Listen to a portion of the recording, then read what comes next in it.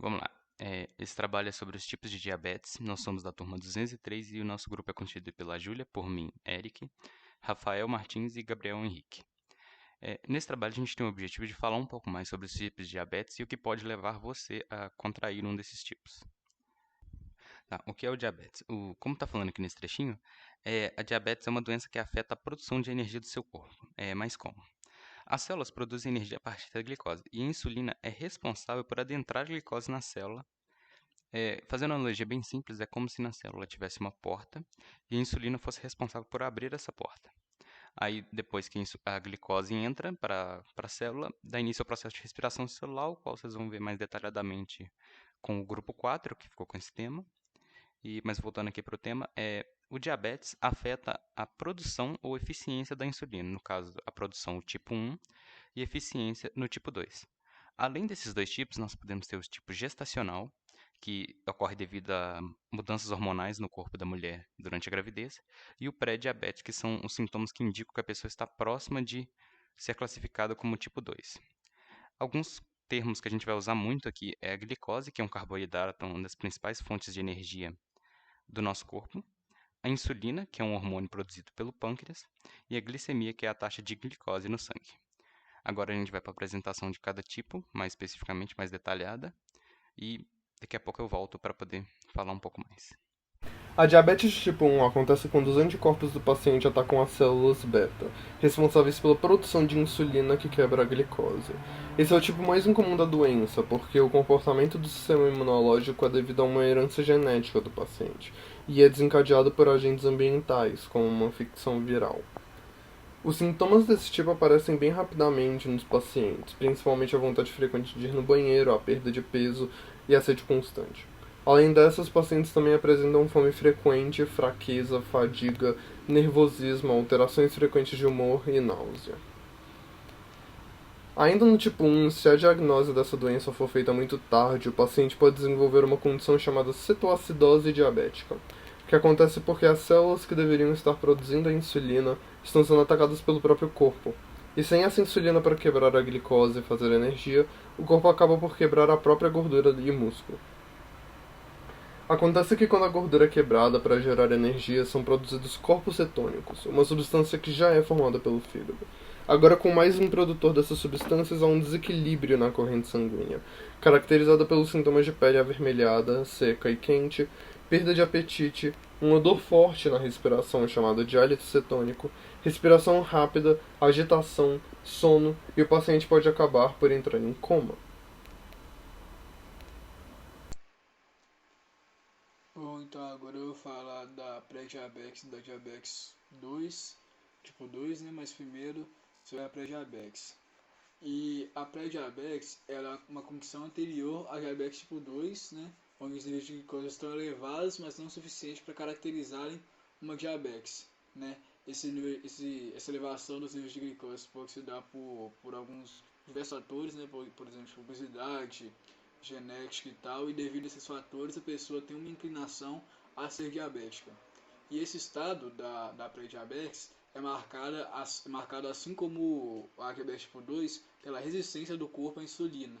Né? O corpo não consegue agir, tipo, funcionar bem com a insulina não consegue ter sua ação.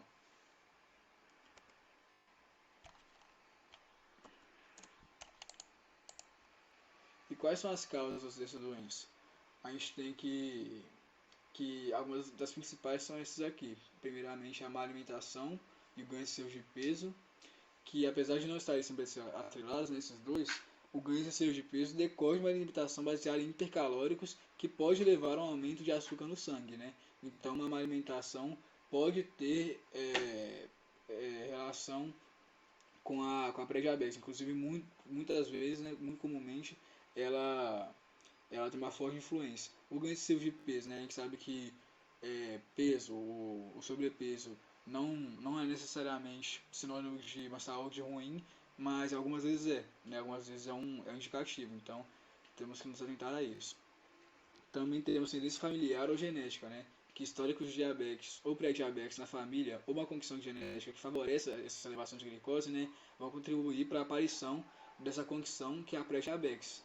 Então, a gente vê muitas pessoas que desenvolvem uma diabetes e na família dela tem pessoas, né, que têm essa condição, tanto a diabetes quanto a pré-diabetes. Então, a gente vê que uma tendência familiar e uma tendência genética, né, são, são fatores que vão contribuir para o aparecimento dessa condição. Também temos o sedentarismo, que é a ausência de atividade física, né? A ausência de atividades físicas ou práticas relacionadas à saúde e ao bem-estar do ser humano. A ausência disso, né, vai tender a ser um agravante aos fatores citados anteriormente e pode resultar, sim, na pré-diabetes. Então, basicamente, um estilo de vida que não é saudável vai causar essa condição da pré-diabetes, né? Uma alimentação ruim, com muito açúcar, muitos carboidratos, muitas gorduras, pode levar ao aumento de açúcar no sangue, uma tendência familiar, né? Isso não está atrelado ao estilo de vida, mas enfim, uma tendência familiar pode influenciar também. Então, esses fatores podem causar a pré-diabetes.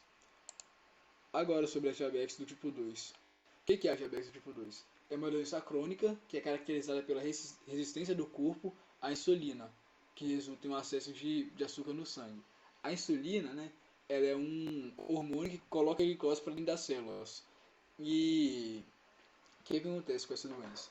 Ao invés das células do pâncreas serem atacadas pelo sistema nervoso, que como é no tipo 1, né, esse tipo vai consistir na deficiência, igual eu falei, na hora do uso de insulina. Tipo, para existir um rendimento, para atingir um rendimento normal de produção de insulina, porque a insulina que ele tá tendo não está funcionando, ele vai precisar produzir uma quantidade maior de insulina, o que vai sobrecarregar é, o órgão, né? O órgão vai ter um mau funcionamento ao longo do tempo. A capacidade dele de produzir insulina ao longo do tempo vai diminuindo. E eventualmente, essa insulina ela não vai suprir a necessidade do organismo, né? Ela não vai conseguir colocar a glicose para dentro das células. Então, o organismo vai ficar com uma quantidade acima do normal de açúcar no sangue, o que pode, né, gerar falta de energia no corpo, porque, como a gente sabe, os carboidratos são a principal fonte de energia do corpo. Aí com isso podem vir tonturas, fraquezas, surgimentos de placas da corrente sanguínea e que aumenta muito o risco de vida da pessoa que ela é diabética. Então, basicamente, essa doença vai ser caracterizada pela incapacidade de ação da insulina, né, de colocar glicose para dentro das células, que vai resultar no excesso de açúcar no sangue e, consequentemente, em alguns problemas de saúde, se não for tratada, né? E, como dito anteriormente, né, o corpo não vai conseguir utilizar a insulina da forma que deveria e o pâncreas vai aumentar a produção. Então, eventualmente, esse órgão vai correr uma exaustão desse órgão e as células vão falhar, né, porque elas vão ter o, não vão ter a glicose dentro delas. E assim como na pré-diabetes, a gente falou antes, má alimentação, excesso de peso, história familiar e sedentarismo são fatores que vão influenciar na ocorrência dessa doença. Então, além de um histórico familiar ou genético, um estilo de vida que não é saudável pode resultar na ocorrência de diabetes do tipo 2. E, diferentemente da pré-diabetes, a pré-diabetes tem um fator que é o seguinte: você não tem sintomas dela, daquela condição de pré-diabetes, né? Por isso que é muito perigoso, por isso que a gente tem que fazer exame de sangue, exame de glicose constantemente. Na diabetes tipo 2, normalmente os sintomas só aparecem depois que a doença já avançou consideravelmente. A diabetes ela é uma doença que em grande parte do tempo, né, no começo, ela é assintomática. A pessoa que é diabética ela não vai ter sintomas, não vai, talvez nem suspeite que tem isso. Então, mas depois de um tempo, né, com a doença já avançada e já prejudicando o organismo da pessoa, podem aparecer alguns sintomas que normalmente são fome e sede constantes, a pessoa tem muita fome, muita sede, infecções frequentes no corpo, vontade de urinar diversas vezes, formigamento nos pés e nos furúnculos e perda de peso.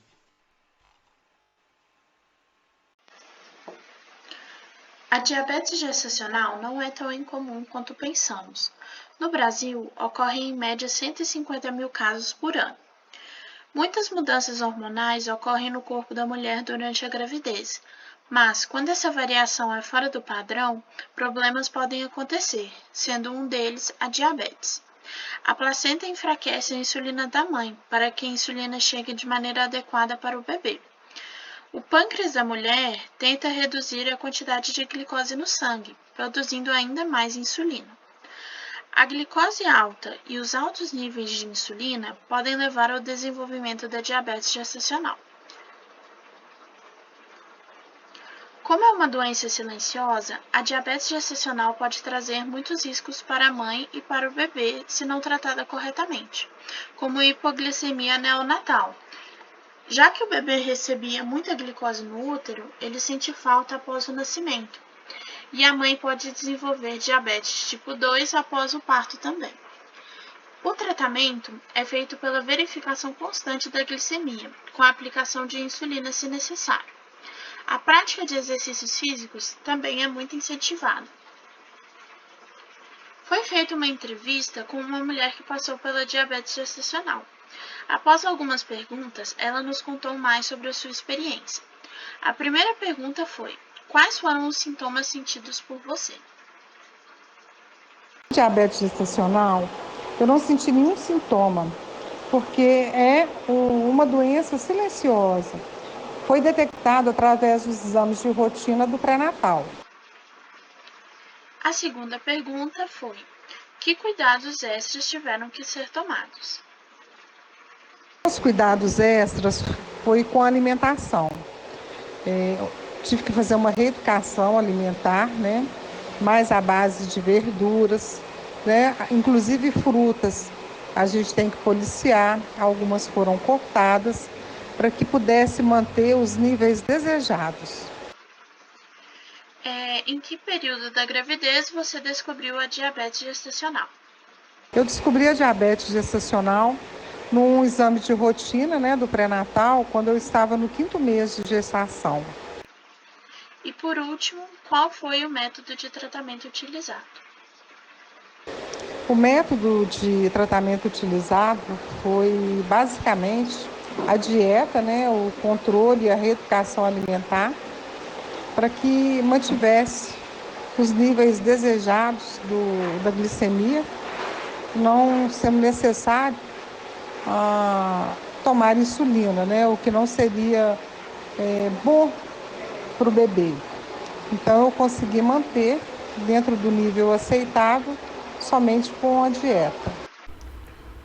Existem 3 tipos de diagnóstico que são usados para identificar diabetes num paciente. O primeiro desses é a curva glicêmica, que mede a velocidade de absorção da glicose pelo corpo depois da ingestão. Nele é medida a quantidade de glicose no sangue em 2 situações diferentes, uma quando o paciente está em jejum e outra medida 2 horas após a refeição.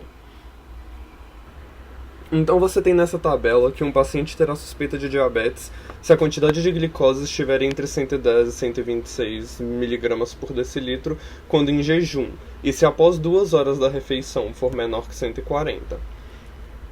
Se em jejum ele apresentar um valor abaixo de 126, mas após 2 horas o valor for entre 140 até 200, o paciente está com a pré-diabetes. E acima desses valores, nas 2 situações, indicará diabetes. A glicemia de jejum é um exame feito para monitoramento do tratamento e mede o açúcar no sangue em um determinado momento. O valor normal seria de 65 até 99 mg por decilitro, sendo que acima de 100 é necessária investigação com a curva glicêmica, 2 ou mais testes acima de 126 indicam a diabetes e ao menos uma medição acima de 200 indica também a diabetes. Por último, temos a hemoglobina glicada, ou HbA1c, que seria a porcentagem da hemoglobina do sangue que está ligada com a glicose. A hemácia vai absorvendo a glicose durante a vida dela de 90 dias por causa da concentração de açúcar no sangue.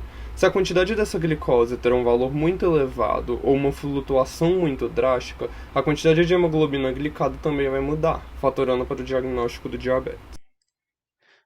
Prevenção e tratamento. Tanto para se prevenir quanto se tratar, é necessário ter uma vida saudável, praticar atividades físicas, ter uma dieta balanceada, sem excesso de carboidratos. E, em caso de tratamento, tem a medicação prescrita pelos médicos, né? Nunca tomar medicação sem antes consultar o médico. E um controle mais rigoroso da glicemia no sangue. Fazendo um resumo bem rápido do que a gente acabou de ver, são 3 tipos de diabetes. O tipo 1 adquirido de forma genética, tipo 2, que é resultado de maus hábitos alimentares e sedentarismo, o gestacional, que é resultado da ação hormonal durante a gravidez, e o pré-diabetes, que é quando a pessoa está próxima de ser classificada como diabética do tipo 2 em relação à quantidade de açúcar no sangue da mesma. Aqui nós temos uma imagem mostrando como a diabetes atua, no caso aqui uma pessoa sem diabetes, uma pessoa com diabetes tipo 1 e tipo 2. Numa pessoa saudável, a insulina exerce o papel de forma exemplar corretamente, né? Auxiliando a entrada da glicose na célula para dar o processo de respiração celular. No tipo 1, não temos a insulina, ou seja, a glicose fica em excesso no sangue porque ela não está sendo utilizada, né? E no tipo 2, a insulina tem sua eficiência afetada. Então a gente tem a glicose, a gente tem a insulina, mas ela não é eficiente. Lembrando que é sempre importante procurar um médico, não se automedicar, não montar, você mesmo montar uma dieta para si mesmo. É importante consultar um nutricionista e sempre estar seguindo a recomendação das pessoas que têm um conhecimento na área. Eu queria agradecer a todo mundo que veio até aqui e no mais é isso. Qualquer dúvida você pode deixar aí nos comentários do Classroom ou do YouTube mesmo, onde você estiver vendo.